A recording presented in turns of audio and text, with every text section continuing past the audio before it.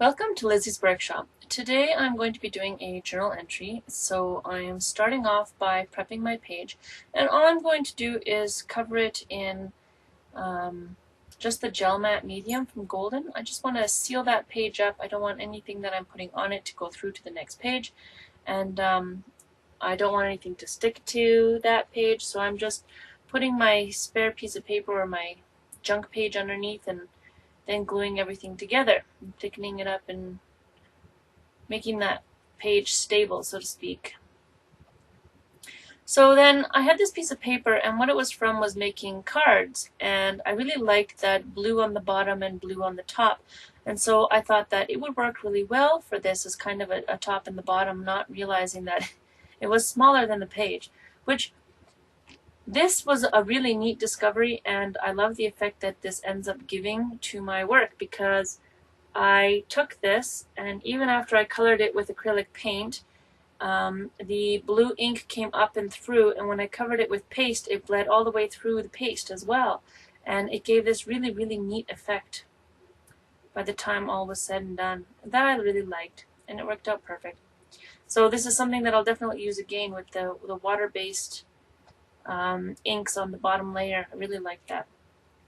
So all I'm doing here is I'm taking a spatula and I'm spreading gobs of Mars Black Golden acrylic paint, and I don't normally start off with a black background, but in this case I did, and the reason I did was because I had been laying for hours watching movies in the bathtub after gardening all day, and I was thinking about, oh, what time it is, and I haven't, it's already nighttime, and I haven't done my mixed media yet, so I started thinking about what I wanted to do for my mixed media, and I'd seen this technique where this woman basically dumped acrylic paint all over her page, and then she used like a credit card to smear it everywhere, and had this thick, beautiful, lush layer of acrylic paint, and I just loved the lushness of that page, and so I thought, I'm thinking about night, I'm thinking about time, I'm thinking about the darkness, so I'm just going to run with that. I'm going to,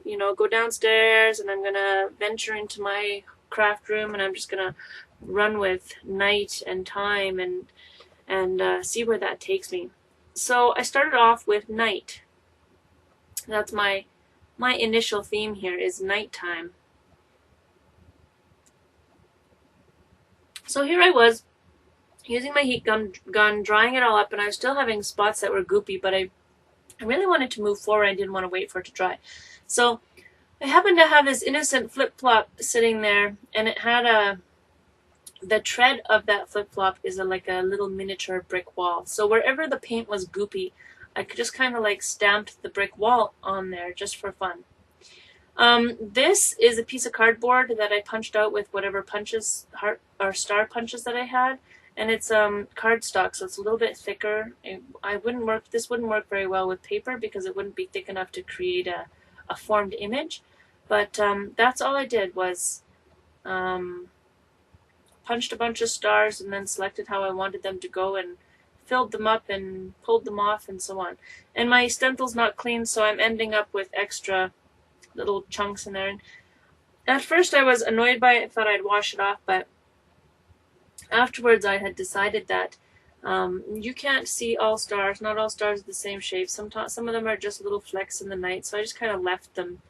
I know it's messy, but mixed media is not for perfection. It's for play and creativity and experimentation and relaxation and all that kind of stuff. So I was okay with the imperfection of the stars. So the next thing I do is I've been trying to find a paint or an ink or something that goes through a stencil and doesn't just gob underneath and make a big goopy mess. And I'm happy to say that this cheap dollar store foam brush and this metallic gold paint, they're the perfect combination. So this is just like a dollar store. It's not really. It's called Dazzling Metallics by Deco Art, and the color is called Worn Penny. So it's kind of a metallic, coppery kind of color. And I think that this brush with any acrylic paint is going to work in the future for doing this kind of thing, and it just comes out with this clean, crisp, perfect image. So, and now I'm trying to decide where to put the rest of my clocks. And the only reason that I ended up with clocks on this page was because I was thinking about time, and because I happen to have picked up this stencil from from Ranger or Tim Holtz or whatever, and it was, you know, in the bin of stuff I hadn't used yet. So it has been staring at me for about 3 weeks now, and I've been staring back at it going, you're gonna get it, you're gonna get it. And so now finally I got to use it, and it got inked, it got painted, it's no longer in a pristine state. So the way that the stencil's built, I'm not getting that sunshine effect around the whole thing because of the gaps and the spaces in the stencil. So I'm just adding them by using the corner of the brush and kind of tapping it. And that's allowing me to continue the graphic that I previously had. So then I let it dry overnight, and because I wanted the stars to dry. And you see how, look at the stars, how they've got the blue stripes through them? Yes, that is really truly what happened, how I had the water-based inks on the paper, and even though I colored it in acrylic paint, it still bled all the way up through the acrylic paint and through the paste, even through the light color, the yellow, and it created these two lines, or this line across the top there. So I didn't do this on camera, but I put another line of paste along the bottom of the page so that it kind of had that uniformity, and so that I could pull it up all through everything. And I really liked how that turned out. Now the clocks that are on the right-hand page, so your left, I just put them on there because I was testing the stencil. If it wouldn't have worked, I would have been covering them up anyway, so I didn't really care. And then I'm using up the rest of my paint because I don't want to waste it. It's hard to be a frugal crafter. So once again, I went to my trusty, dusty calendars, and I fussy cut this beautiful wolf, and then I glued him down. And this time, if you notice, I've left the yellow, or a white border around him. And the reason that I left the white border around him was because I kind of wanted him to have like the moonlight shining on him. And now, there's no moon in this picture, but the moon is shining down on him. That's just how it is. Accept it. So then, I needed a title for this piece. And all I could think about after putting the stars and the clocks on was, what time is it, Mr. Wolf? So I ended up digging for a wolf through my calendars, and I found him, and so that's what the title I ended up with. I tried to think of other titles, and nothing else was calling my name, so I ended up with What Time Is It, Mr. Wolf? So I'm not using an ink here. I'm using a white acrylic paint on an acrylic block, and I'm just using my brayer to make it nice and smooth. And then I'm using just Reflections acrylic stamps for this. And it worked out really great, and I can run my matte medium over top of this, and nothing's going to bleed except for that blue ink that came through absolutely everything. And the color's going to stay in everything else and not go anywhere. Nothing's going to move here. So I really loved this effect, and I will probably do it again. The only thing I won't do again is wash half my letters down the sink.